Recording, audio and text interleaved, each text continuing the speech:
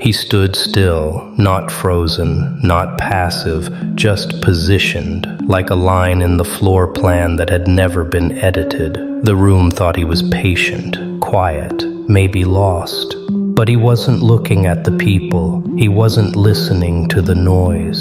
His eyes tracked angles, reflections, sound delay, the patterns of breath and silence. He wasn't waiting, he was measuring distance, from himself to the door, from the noise to the silence. The others moved in loops, complaints disguised as conversations, agendas disguised as ideas.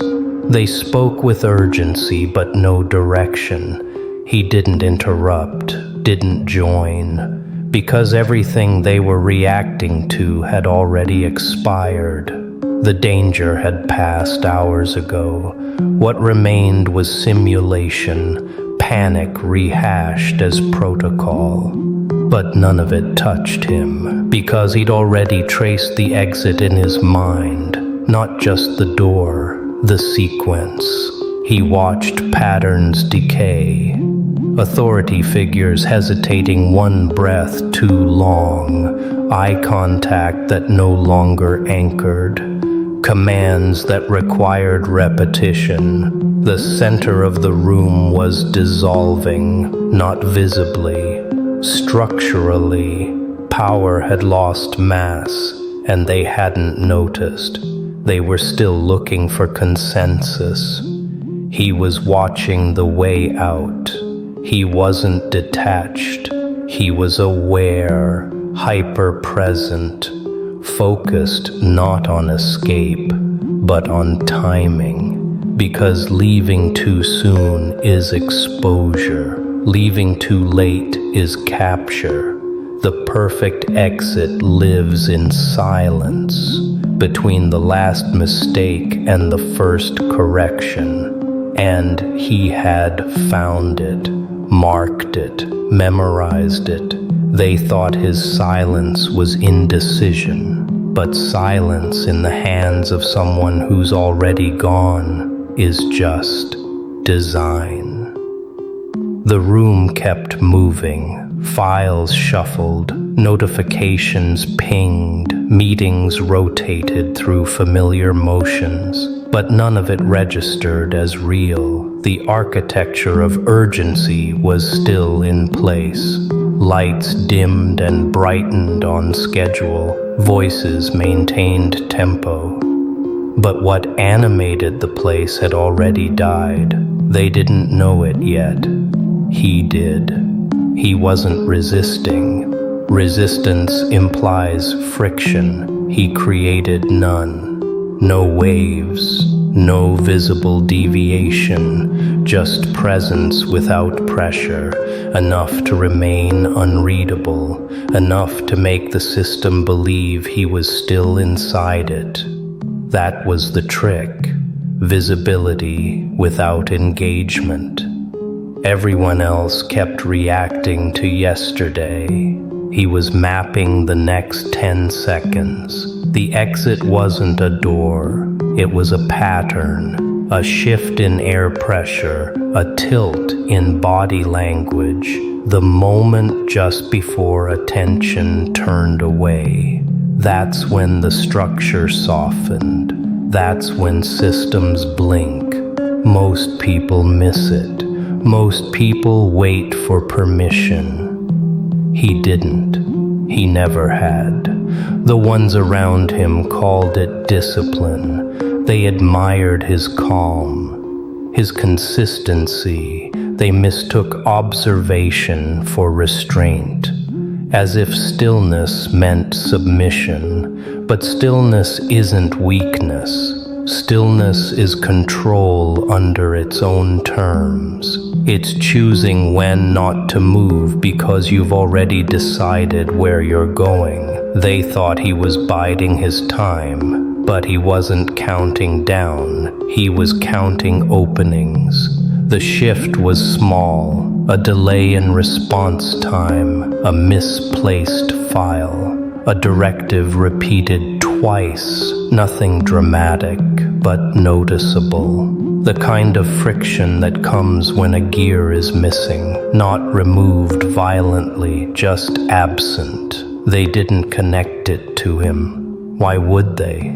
He was still in the room, breathing, present, silent. But presence is the most deceptive camouflage. They looked at his body, not his attention, and attention is what changes structure. His was no longer tethered to their flow. It had already moved beyond the walls, listening to a rhythm none of them heard, watching for signals that weren't sent through official channels. He wasn't escaping, he was exiting, slow enough to be invisible, precise enough to be irreversible. Systems rely on feedback, eye contact, micro-reactions, subtle affirmations that keep the loop alive. But his loop had closed, not with noise, with decision.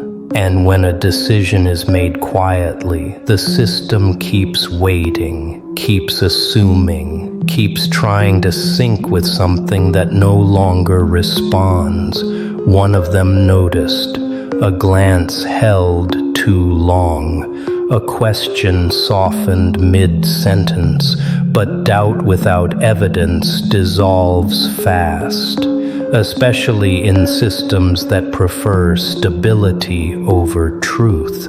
So they kept performing, kept acting as if things were whole, while his absence bled into their behavior like a glitch they couldn't name. He didn't speed up, he didn't hide. He just stopped giving them the thing they needed most, reaction. And in rooms built on validation, silence is the loudest extraction. They began repeating themselves. Meetings circled back on topics marked as resolved. Memos echoed earlier memos. Ideas resurfaced, slightly reworded, less certain. It wasn't collapse, it was drift. Subtle redundancy, like a signal searching for confirmation and never getting it. Something was missing, but no one could name it, because it hadn't left in the way they understood departure. He was still in the room, still nodded when expected, still present. But the gravity had shifted, their orbit no longer pulled around shared intention. It spun on residual assumption, the kind that lingers after meaning is gone. They thought he was waiting for a moment, but the moment had already passed, quietly, fully, with no announcement. A supervisor paused mid-sentence. Something felt off, not wrong, unanchored. The air lacked weight. Decisions didn't land. Plans had the shape of structure, but not the density. That's when it started, the instinctive glances toward him. Not because they expected input, but because they needed calibration. He didn't move, he didn't flinch, and in that stillness, they saw it. Or rather, they failed to see what used to be there, because when someone exits without motion, all that remains is the shape they leave behind, the outline, the trace, and when the system tries to function with that trace still embedded, it misfires, gently, persistently. Like a machine that doesn't know it's already running on memory. He hadn't left the room. He had just stopped belonging to it. By now, the structure had adjusted. Meetings ran without anchors. Reports flowed with less substance but more polish. Metrics glowed green. Even when outcomes lost weight, the system was functioning, but it had stopped evolving. Evolution requires friction, and friction had disappeared the moment he disconnected, not visibly, not formally, just subtly. They still looked to him, not directly, through half-phrases, deferred questions, delayed decisions, each glance a test, searching for the signal he used to send without speaking. But he didn't return them, not out of defiance, out of conclusion. His loop had ended. Their reliance hadn't. A junior staffer noted a trend. "We're cycling," she said, her voice low, careful.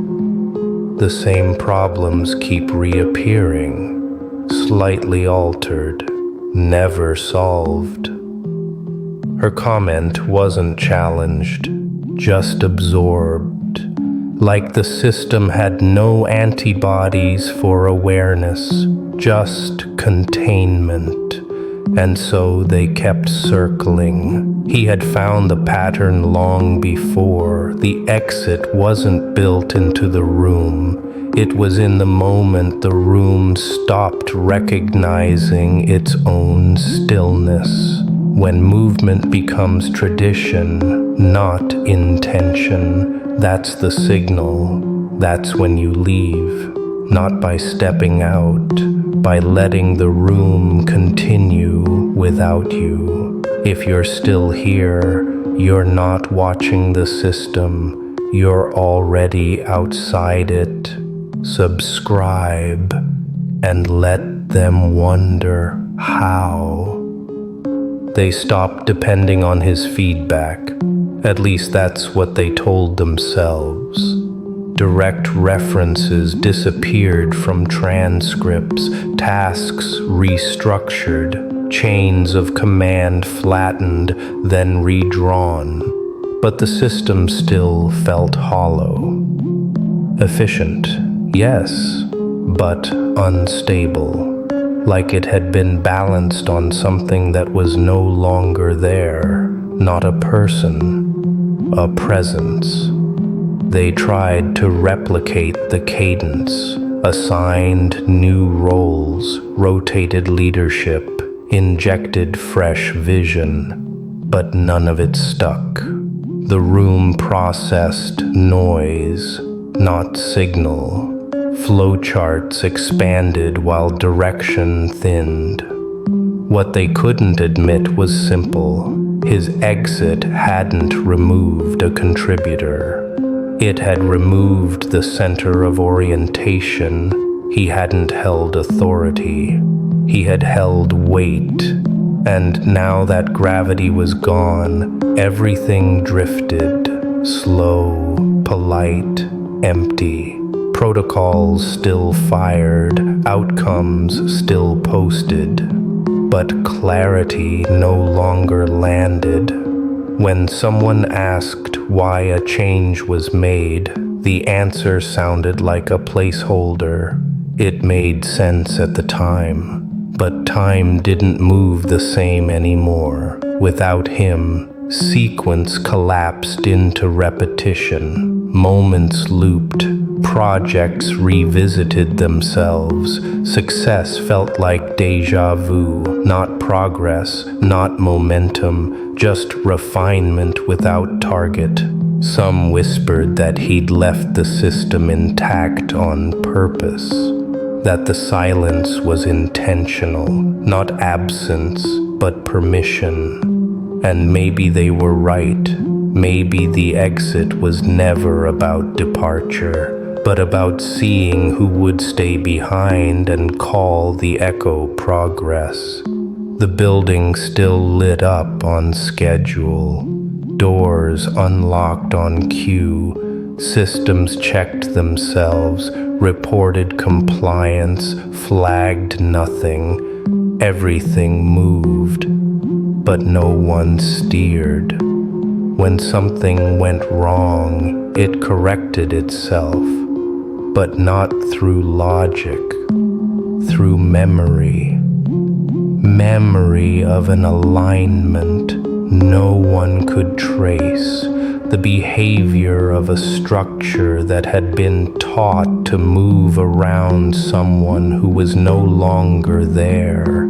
They called it resilience, self-sufficiency, the final stage of decentralization. But it wasn't autonomy. It was autopilot, a design still pivoting around a void. And the void wasn't error, it was design choice. He had left nothing broken, just untouchable. New hires adapted fast, too fast. They asked fewer questions, expected less context, followed workflows without ownership, as if the system had trained itself to anticipate absence, not resist it. One manager joked, "We've engineered obedience."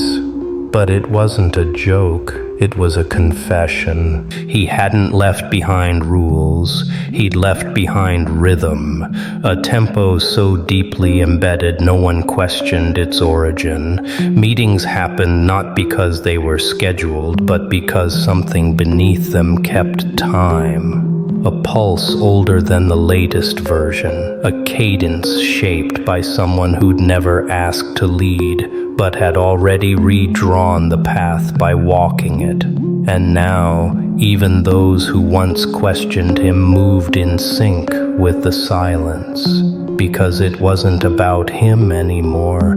It was about the system he'd taught to pretend it didn't need him, while still moving to the memory of his exit. Departments started merging with no strategy behind it. Titles flattened, feedback loops shortened. Every change made sense until someone tried to explain why. The logic existed, but the source didn't. Every shift sounded like an echo of a decision that had never been spoken aloud. They weren't leading, they were following a path that had already been carved, smooth and silent. Someone ran a system audit, standard protocol, no flags, no missing links. But the sequence of updates showed one anomaly, a change that hadn't been tracked, not malicious, not external, just there. A pivot that redirected decision logic. Small, precise, permanent, no origin, just time-stamped into existence. He hadn't removed himself. He'd rewritten his function from presence to condition, from participant to architecture. They couldn't remember when they stopped relying on his approval. It had faded so cleanly, no one realized they were executing routines he never voiced, but always shaped.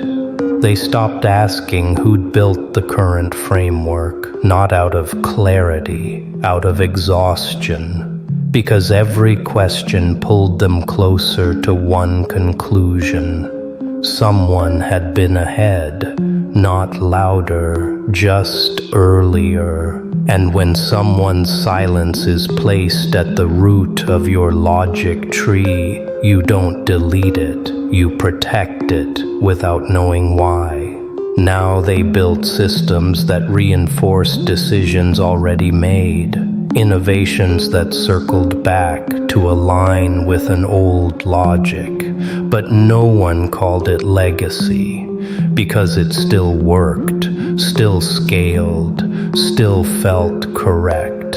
And when something keeps working in the absence of its creator, it becomes something more dangerous than memory. It becomes belief.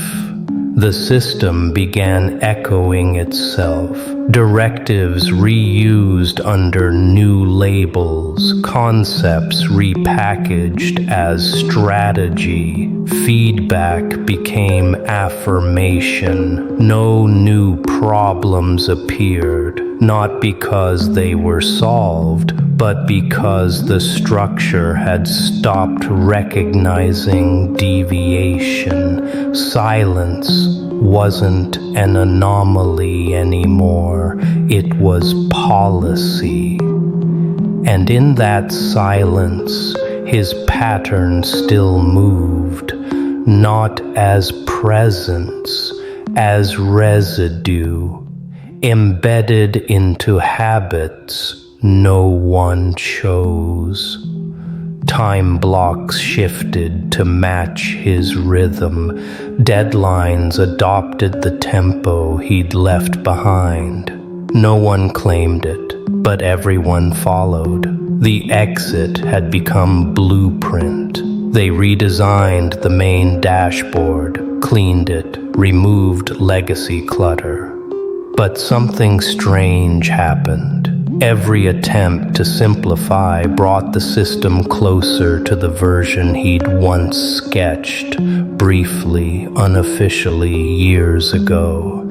A diagram dismissed at the time, now reborn through collective forgetting. No one remembered the origin, but the architecture fit too well, like it had been waiting for rediscovery. Some of them started asking again, not publicly, not directly, just in fragments. Do you remember when it started feeling different? Was it after he? But the questions always faded, the weight behind them too heavy for casual speech, because deep down they knew they hadn't improved the system. They had surrendered to its shape. He hadn't left instructions. He had left gravity. And now they moved not because they chose to, but because stopping would mean admitting the exit wasn't his. It was theirs. No one marked the moment the system stopped needing input, not because it reached perfection, because it reached alignment. With what? No one could say. The changes were too gradual, the gaps too clean. But something shifted from management to momentum, from discussion to direction, and now everyone moved quietly, smoothly, inside a structure they no longer questioned. He wasn't named in retrospectives, not cited, not erased, just absent in a way that shaped everything, like a keystone removed after the arch sets, invisible but necessary. They didn't mention him because doing so would raise a harder question. If the system still functions without him, why does it still feel like him? A new initiative launched, streamlined, elegant, familiar, too familiar. The diagrams felt like memory. The language matched his tone. When someone pointed it out, the team laughed, but no one explained it, no one tried. because somewhere beneath their roles, their output, their plans, they knew the exit had never been a door. It had been a shift in direction, and now that shift was permanent. He never returned. Didn't need to. He had never been waiting. He had never been stuck. He had simply seen what they hadn't. The room was never locked. The silence was never empty. And the system, for all its power, had always mistaken stillness for indecision, but he had never paused. He had only stopped giving them the privilege of knowing what came next.